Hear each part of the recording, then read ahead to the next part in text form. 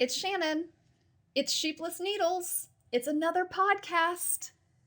It's a vegan podcast. It's not about being vegan, where we do all sorts of fun stuff, where we knit. I don't actually knit while I'm doing it. We talk about it. We talk about knitting. We talk about hobbies. We talk about all sorts of things. So knitting, gaming, reading, really cute bunnies. Oh, jeez. They love that tube thing I made. I just went to Lowe's and got concrete forms. We cut it down and we put a little marine carpet, like waterproof carpet, inside the tube. And they just love it. They just love to play it. I originally made that to be a cat toy. And guess who could not give zeros about it? That would be the cats. But the bunnies like it. I have no idea where I am in this intro because I got totally sidetracked by the cute bunnies. So anyway, vegan podcast, not about being vegan. If you're new here, this is kind of what it's like for the entire show. I never know what I'm going to say. I never know what I said. And sometimes I go way off track. So thank you for tuning in. Whether you are new, whether you are returning, I'm so happy you're here. I want this to be a home for all of us to feel, I guess, safe from the crappy crap that's going on in the world. I just want this to be a place where we can unload and just, sigh of relief, like a, that's what I want this to be. Okay, we'll see if we get there. So today, we are imbibing. Whoa. I would never have been a good Vanna White. Man, Pat Sajak would have wanted to kill me. So I am drinking the Rubi Girls and collab with Toxic Brew Company, brewery local, downtown Dayton. This is the Gem City Ruby. It is American Amber Ale. And the Rubi Girls are I guess I'd call them a drag troupe. It is maybe a cabaret. Wonderful, wonderful group of the world's best drag queens. I don't care what anyone says. Fight me. They are fabulous. And I love them not only for their performances, but because they do so much charity work. They are so involved in the community. And I thank them and I love them. So this is the collab. It is an amber ale. It is beautiful. And if I do say so, it's quite tasty. It does remind me, hold the line. All right. So for all of you people who are probably 40s to 50s, 40 and up, I guess, there used to be a beer, and I want to say it was in the late 80s, early 90s, called Pete's Wicked Ale. I have no idea what happened to this company, but this is what it reminds me of. It's very tasty. I really like it, and I also like it because it's a lower ABV, so I might actually be able to drink that whole pint. We'll see. Sometimes my eyes are bigger than my stomach. And then sometimes my stomach way bigger than my eyes. Okay, so that is the beverage of the day. What have you guys been up to? How's it been going the last 2 weeks? What kind of projects have you started? Because you know what? If I think about this, the last podcast would have been on New Year's Day. So what have you started for your January? What's your plan? Do you have a plan? Do you have this is my goal? I'm just trying to make it to my birthday at the end of the month without losing my mind. My work's a little crazy. It's just a little crazy and a little stressful. The parents, a little stressful. Yeah. So I just want to make it to the end of the month. And we'll see what I knit on and we'll see what I get through. But I'm curious. I want to know what you guys are doing. Do you take a step back and kind of assess what you want to do for the year? Or do you just kind of do what I do and throw caution to the wind and whatever you want to do, you do, which is kind of the way I approach life, I guess. Not a bad way to approach things. in my humble opinion. Okay, so I think that the last time that we were together, reunited, and it feels so good. All right, so do you say peaches and herb, or do you say peaches and herb? Just saying, it's herb. I don't care. Herb. Anyway, I don't believe I had cast on my Stephen West, what is it called? Spiraling Cables Triangle Shawl. I'll get it. That's it. That is it. That's the name. But I did cast it on. I cast it on New Year's weekend at some point. I am using, before I show it to you because I'm going to space out, I am using Terrapin fibers, which I found on Etsy. She uses, it's 100% Chesapeake base. I'm sorry, it's not 100% Chesapeake. It's 100% cotton, her Chesapeake base. Oh, thank God it's the weekend. And I got beautiful colors, which of course I didn't bring down. I didn't bring them all down with me. So sorry, Charlie. But let's just show you where we're at here. And I love this. And I have a lot to say. When don't I have a lot to say? I have a lot to say about this shawl. Oh, good God. Somebody save everybody else from me. Okay, you guys. Look at this. Ooh. It's pretty large and in charge, though, so I'm having a little difficulty. Okay, so here's the deal. I don't know if you're returning, you will know that I, for a Christmas present for my mother-in-law, knit the Botanic Shawl by Stephen West. And I loved the pattern. And I love how things are just flying off me. Okay, if you're noticing that, Shannon, isn't that the Botanic Shawl? Why, no, kind viewer, it is not. These are cables instead of slip stitches, but technically same pattern. So bulletproof pattern. In fact, my ass fell asleep last night knitting, and I fell asleep violently. And I don't know if this has ever happened to you where you're just like, it doesn't even matter if you're knitting, you could be reading, where your body has a violent, I'm down.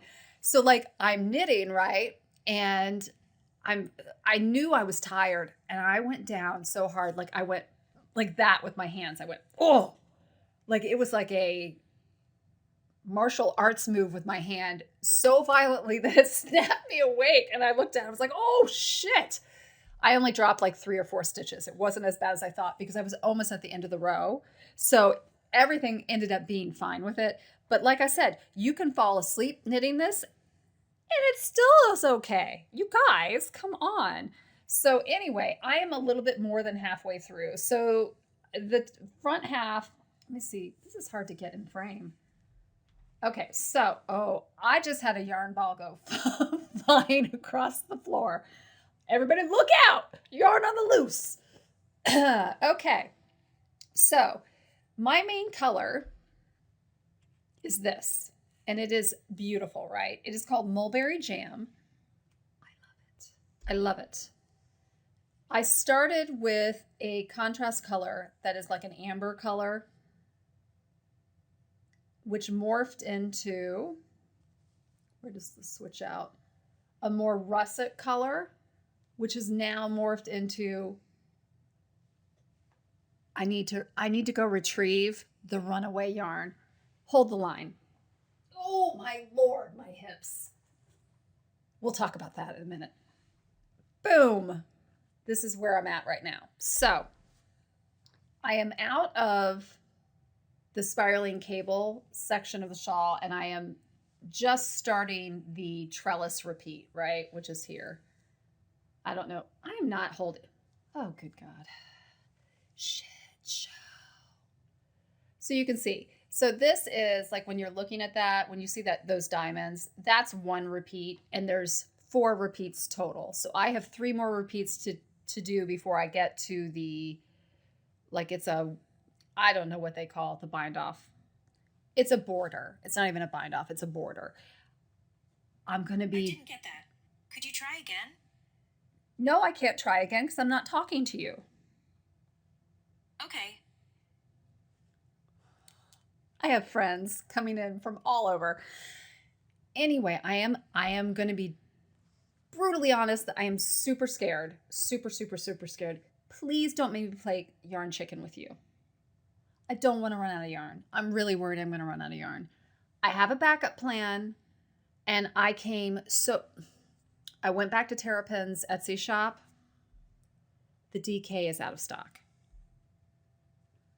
But she has fingering weight in stock. I thought, okay, I could buy the fingering weight and just hold it double, right? I may do that. I can't tell. I don't know if I have enough yarn. I don't want to be wasteful and buying yarn that I don't need, but I literally would use this again and again and again. So maybe that's what I'll do. I don't know. Anyway, you guys, I love it. This one is for me. This is flat out for me. So I was hoping to be done. Well, no, I'm not hoping. I will be done by February because we have a cast on coming up for a make along, knit along for a sweater. Cardigan sweater, I don't care, crew neck sweater, raglan sweater, any sweater you want. If you're even started a sweater, throw it in the make along with us. We are going to do let me back the train up. When I say we, if you aren't aware, on Ravelry, there is a vegan knitting and crocheting group. They are fabulous. I love them all. I love them. Anyway, we are going to do a Zoom cast on party, I think on the 30th. I'll put it in the show notes. Please join that group. And then if you would like to be part of the cast on, the Zoom call, let us know. You'll see the thread for it, and then we can get you an email for the login, essentially. I will be drinking for the cast on, and I will be drinking something heavier than 5.9. I'm just warning you all. But this little baby needs to be done so that I'm going to finish something. You know, it's so funny because when I watch other podcasts, they always start with, let's start with finished objects. Like they all have this whole, like this, it's a formula and it works. So I'm not dogging the formula. So if you are someone who likes this or who actually does this, please understand this is not a criticism. But they always start with finished objects, then they go into whips, then they go into what they've bought, then they go into what they've been sent, then they go into what they're watching, what they're smelling, what they're drinking, what they're eating, what they're reading. And I guess I kind of cover all those bases, but I'm all over the place. Anyway, what was my point? Oh, I know what my point was. See, oh, good God. What my point was is I don't think this could be a Sheepless Needles episode if I actually finished something, because you guys know, I have no finished objects ever. I have tons of different projects. None of them are ever done. I'm finishing this. I'm finishing it. You will be finished. Okay, so that is what I'm working on, right? Oh my God, the same ball of yarn just tried to escape. What are you trying to tell me, red yarn? What are you trying to tell me? Get back up there, little piece of shit. Just kidding. Okay, I'm cold.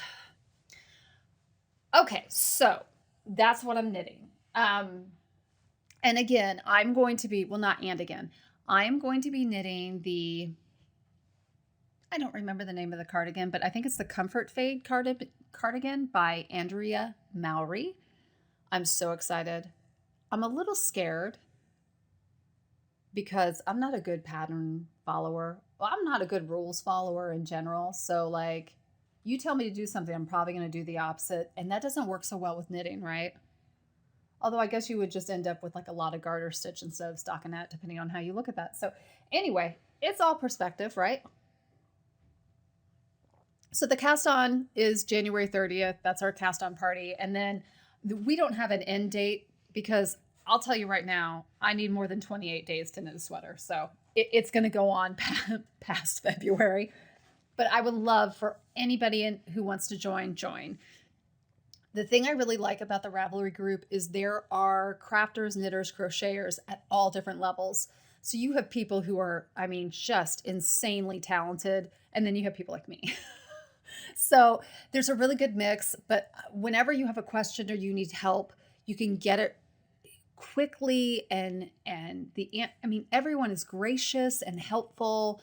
You don't ever feel like stupid, I guess, because that's always my fear, that someone's going to be like, you moron. And they probably, rightfully so, could have that reaction. So anyway, if you have not checked out that group, please do. It's a lot of fun. I really like everybody. I would love it to grow so that we can show Ravelry that vegans, we're taking over, people. We're not taking over. We're taking it back. Okay, so I have a new segment. I have new segments every time that I never do again. So we're Knitlit. That could get a little dicey with me if I say it too quickly. Literature for your knitature. That's the segment, literature for your knitature. If someone already coined that, I'm sorry, I didn't know. Copyright, whatever. So, literature for your knitature. I apparently just started ordering books about knitting, and I might have gone a little bit out of control. But here's the deal. I don't really know anything about the history of knitting. I really don't. I don't know. Yeah, I just don't know anything about the history of knitting because I picked it up, taught it to myself without having any knitting in my family, or nothing was, passed down, like no knitting store, like none of that.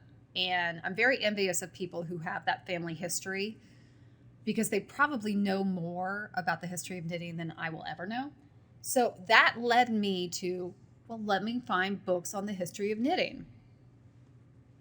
So now I say that not all of these are on the history of knitting, but these are books that I ordered in the first 2 weeks of January.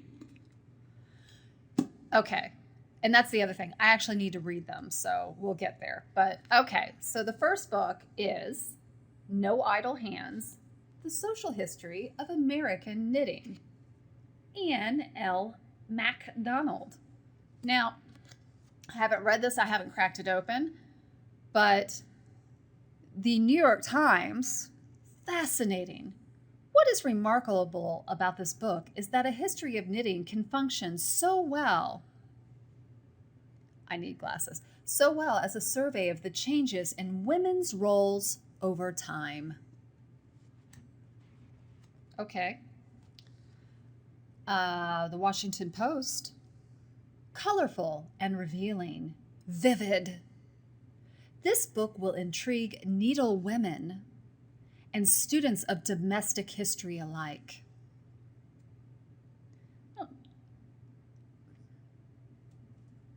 I don't like the connotation in that at all, but that's just something for another time. Anyway, I'm going to start here.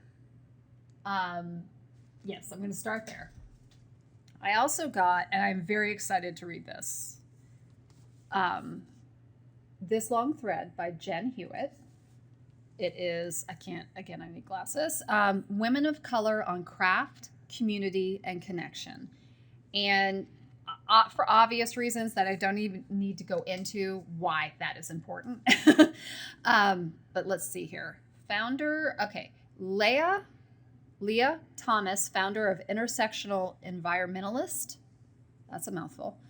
This long thread brings an intersectional perspective to craft and unearths the reality that for many women of color, the meaning of craft is intertwined with our identities and is a vehicle for us to share our untold stories through art.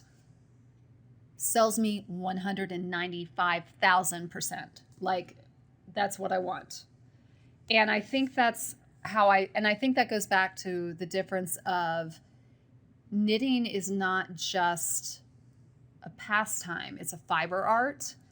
And I think a lot of times people can like snub their nose down at certain crafts, that they're not valid forms of art or expression. I categorically disagree with that. And I also think that women of color have not had the voice or representation in, at least in the knitting community, that I feel that they should have. I'm overwhelmed by a sea of whiteness, so I can't even imagine what it would feel like, right? So important, so excited to read that.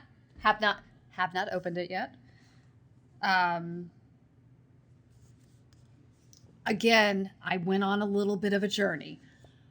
Alterknit Rebellion, Radical Patterns for Creative Knitters. Now, I'm going to put this out there right now.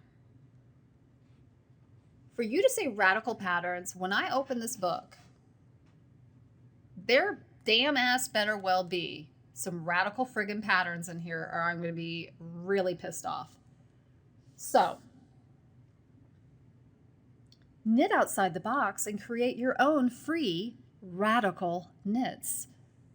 And good use of the comma, because otherwise it would have been free radical knits. And that's a different thing altogether, people. In Denmark, in the 1970s, the decade of my birth, a particular style of knitting featuring colorful pattern repeats and politically motivated messages became known as, oh, good God, I can't pronounce that. It's a word, and it starts with an H. That's all we're going to say.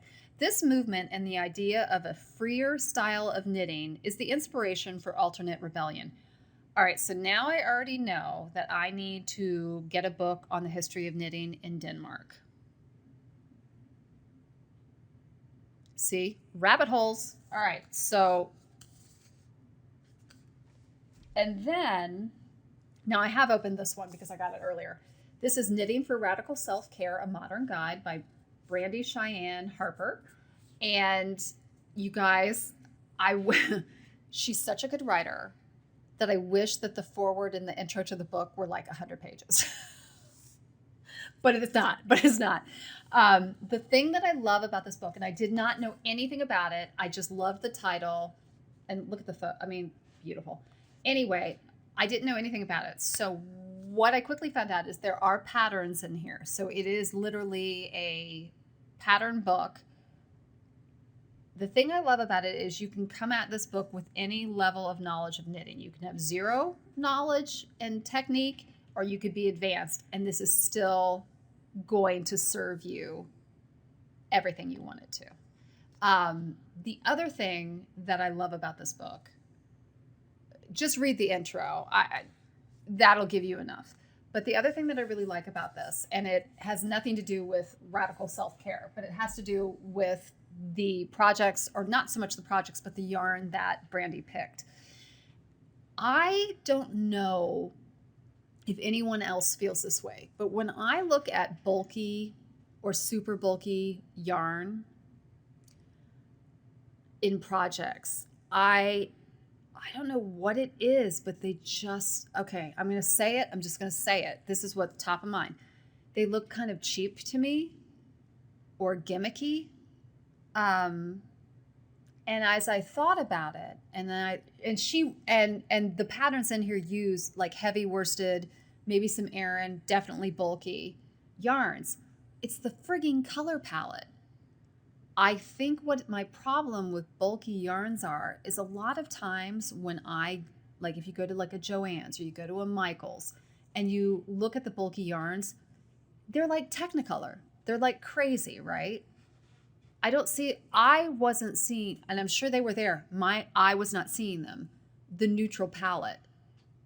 Her palette is so beautiful that she chooses. It just reminds me of like a coastal town with, sand, like, I don't know, beautiful. And it just changed the way that I look at bulky yarn. And it got me to like looking at this, I was like, I need to get some bulky yarn. Now, I probably have some over there. but it's probably really garish colors. I love it for that. So thank you to Brandi, Cheyenne, Harper for correcting me on my opinion about bulky yarn, because I, going on record, was wrong. So anyway, those are the books that are on deck. Now, I'm not going to have all those books read by the end of January. That's a joke, right? In fact, I don't even know how many books I actually read last year, but it was probably maybe 1, maybe 2. I need to get back to reading because I feel like I need to read more. I don't like that I'm not reading. And I think probably in my case, knitting kind of took over that time period.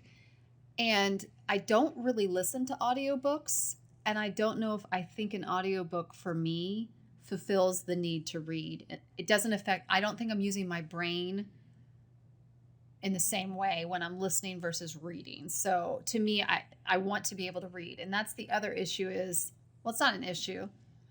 You guys, I'm trying to be more environmentally sound in my choices, but I don't like using an e-reader. I like physical books.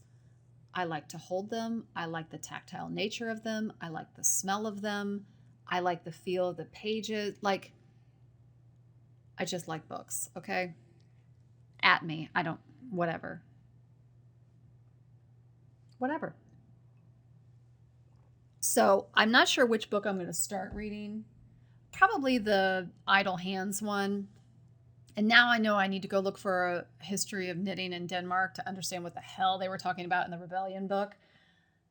Now, I will not prejudge that book until I've read it, and we'll move forward.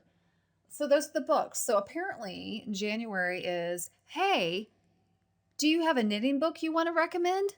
What is going on here? Put it in the comments down below. So any books on the history of knitting, it does not need to be American. It can be international. In fact, probably would be better if it was international, given the fact that we, in terms of the world, are a young country. So let's help each other out. Let's read a little. Okay. So that was Knitature. No, it was not. It was literature for your Knitature. Ta-da! Okay, so that, I think, did I buy anything else knitting related? Oh, yeah. I bought some yarn. As you do. Okay, so here's the other thing I want to try to do this year besides improve my reading. I want to try to use non-commercial. No. I want to use other plant fiber bases. So my first foray into this is banana silk. So I have purchased banana silk in 4 colors. Now, I am not going to tell you where I purchased these from because I have something negative to say, and I do not want this to reflect on the shop or anything. If you are that interested and you don't want to purchase after what I say from this shop, like you're concerned you're going to buy it from the same shop, DM me and then I will let you know. But I don't believe in like blasting people like that. But here's the deal. I can smell that from here. The amount of chemicals that are in that yarn, I don't know if it's the dye. I don't know what it is.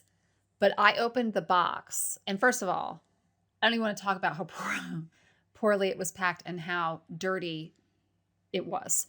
It was nasty. But I got this the first week of January and it still reeks. So I think what I'm going to have to do is soak the skein. I don't even know what I'm going to do. I guess maybe I'll figure it out. I'm going to use it. If you have used banana silk before, can you let me know? Did it reek of chemicals? Is this just how banana silk is, or is it where I bought it from? The other thing is I can tell you the color of every single person's hair who had their hand on that because Yeah, there was a lot of human hair in my box too. That's a little gross to me. Like, I know hairs are going to fall off on stuff, and I'm typically fine with that. But yeah, I'm talking to you, little Miss Blonde, and then brunette with really long hair. I'm talking to you because your hair was in my box. So anyway, that's my banana silk. I don't know what I'm going to make with it. So I don't think, given, I almost wonder, like, I kind of want to do, and you let me know if how you feel about this. I almost want to do a Vertices Unite, which is what I'm wearing, right? With all different plant fibers in the sections. So it probably wouldn't be something that I would actually wear. It would probably be something that would just like hang over a chair or something. But so like, I could do hemp, I could do the banana silk. I know there's pineapple. There's a bunch of different things that I could put in there. So if you have projects that you think banana silk is really good for, because it's definitely roving and it's anywhere from, I would say, a worsted to a bulky, just looking at it. I haven't unwound anything because I'm too scared of, I think I would be high as a kite is what I'm saying. Maybe I should be working with that. I don't know. Okay, so the next thing that I bought was not nearly as stinky, and I'm very happy with it. So I will gladly tell you that somebody in the Ravelry group went into our conversation and was like, hey, any of you want to try Trailhead Yarns? They're having a sale. You need to go get it. And I did. So now, you guys, I don't know their base names, so I will have Steve put the base name somewhere here, unless it says it on here, but I don't know that it does. No, it does not. Oh, yeah, it does. Okay, so I have Appalachian Trail. Now, some of these will have names and some of them won't because they're one of a kinds or knockoffs or seconds, right? Not knockoff. What the? Oh, beat me, Steve. Sorry. And then this one that didn't come with a ball band, and I don't even care because it's beautiful. Okay. Wait for it. You guys. I got 2 of those. This one I think had the name on it. Hang on. What was your name? Badass Babe. So. Oh my God. I got to get this camera thing down. I know. So those are the Appalachian Trail, which is 100% cotton fingering weight. You guys, so soft, beautifully dyed. I would never know that those are seconds or, just didn't sell for whatever reason. And then I got Fundy Ties, which is a lace weight. Okay. I have no idea what I'm going to do with these, but you guys, oh my God. What is happening?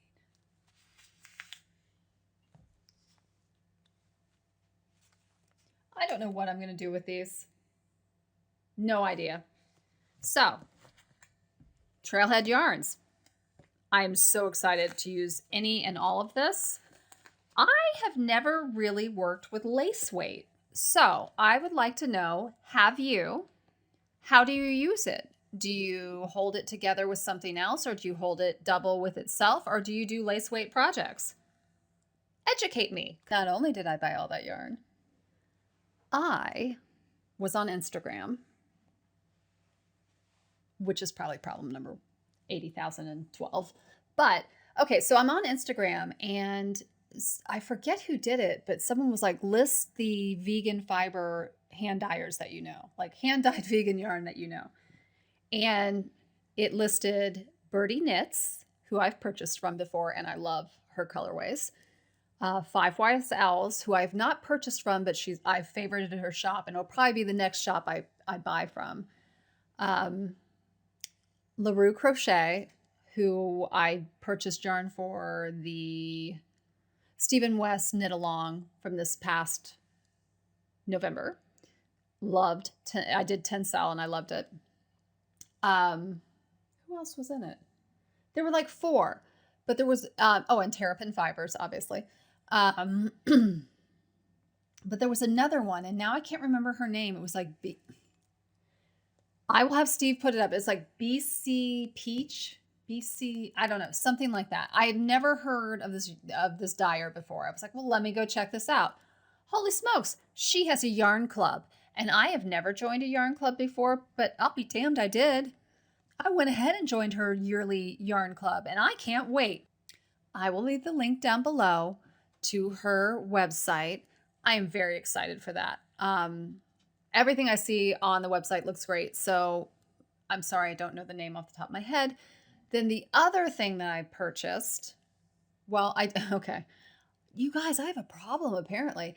I went ahead, when I was on Ravelry one day, I always check the top 20 patterns. And it wasn't a top 20 pattern, but it was a new pattern that was being introduced by someone with the first name of Petra. I don't know. I'll have Steve put her name here. Petra something. Anyway, she was like, and I dye yarn. It's yarns to go, yarns to go, I think. So I went to her website, and sure enough, I ordered something that I've never ordered before. 2 yarn kits. Have you ever bought yarn kits? Like, it's like the pattern with yarn that's already paired for it. I've never done that before. I've always just gone and picked out my own yarn, because typically the kits that I see at places are wool, right? They have wool in them. They're animal fiber of some sort.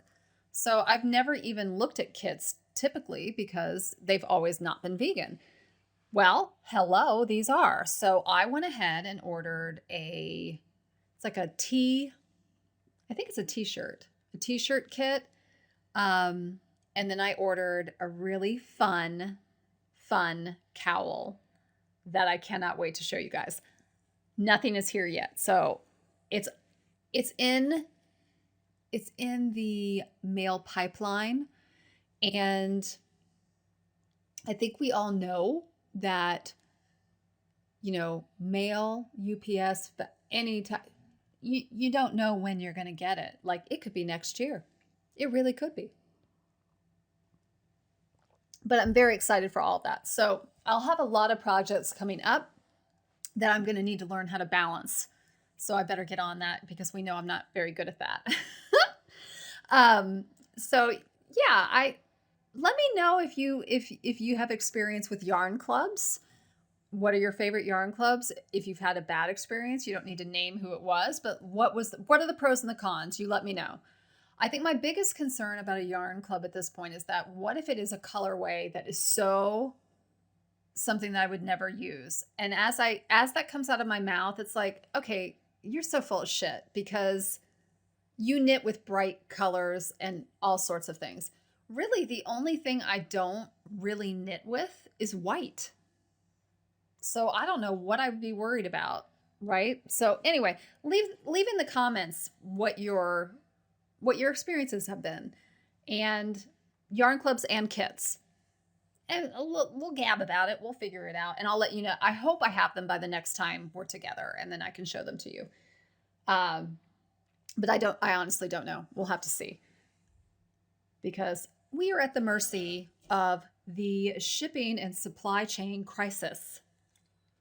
If I have to hear supply chain crisis one more time, let me tell you, because at my work, no thank you. Pass. Hit the road, Jack. And that's really, you guys, I think that's all my knitting stuff. So if you tuned in for knitting, we're done. You can go. See ya.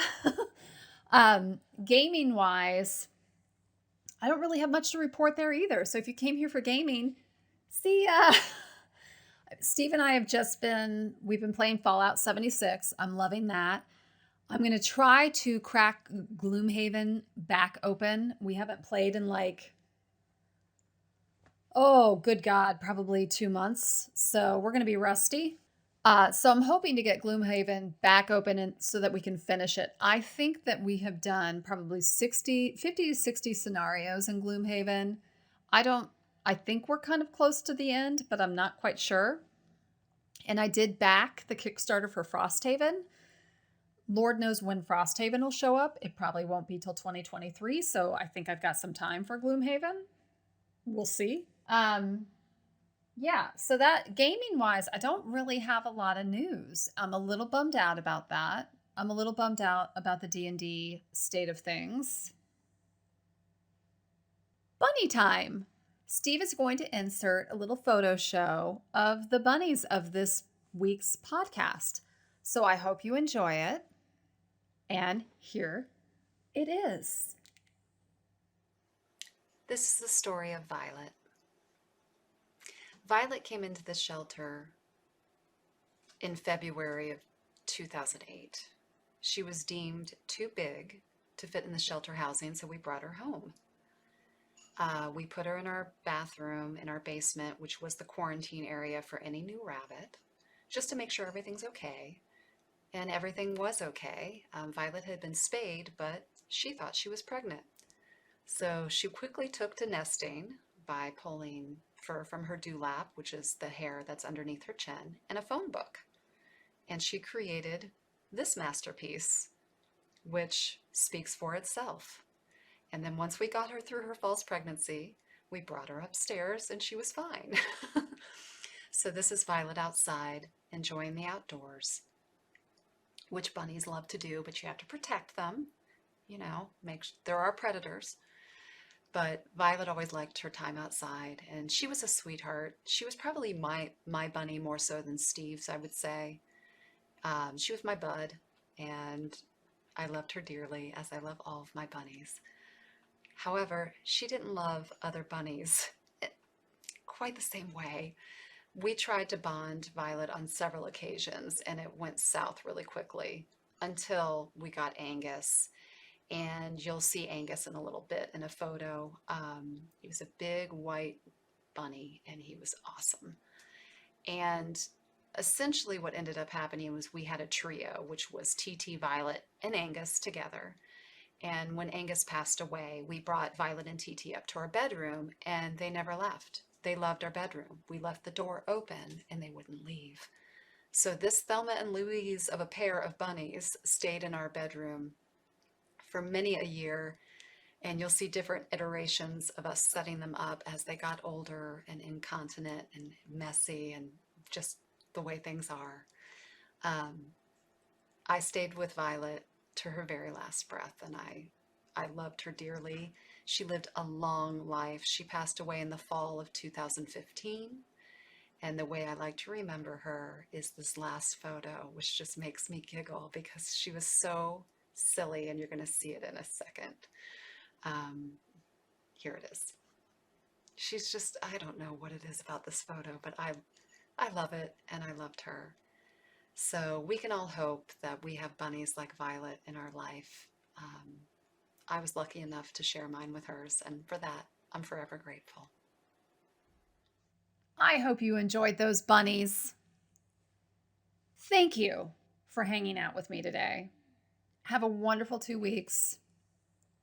As always, leave as many comments as you wish about anything. I don't even care. Let's have some fun. Let's hang out. Let's just do this thing. But you know the drill. You got to love yourself so that you can love everybody else. And you got to take care of yourself so that you can take care of everybody else. Right? Right.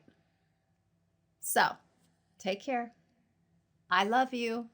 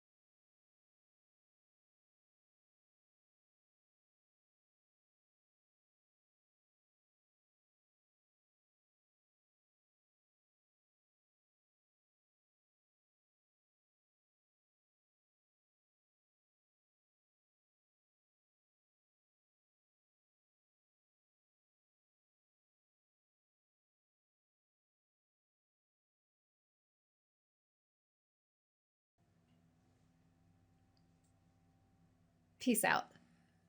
Toodles!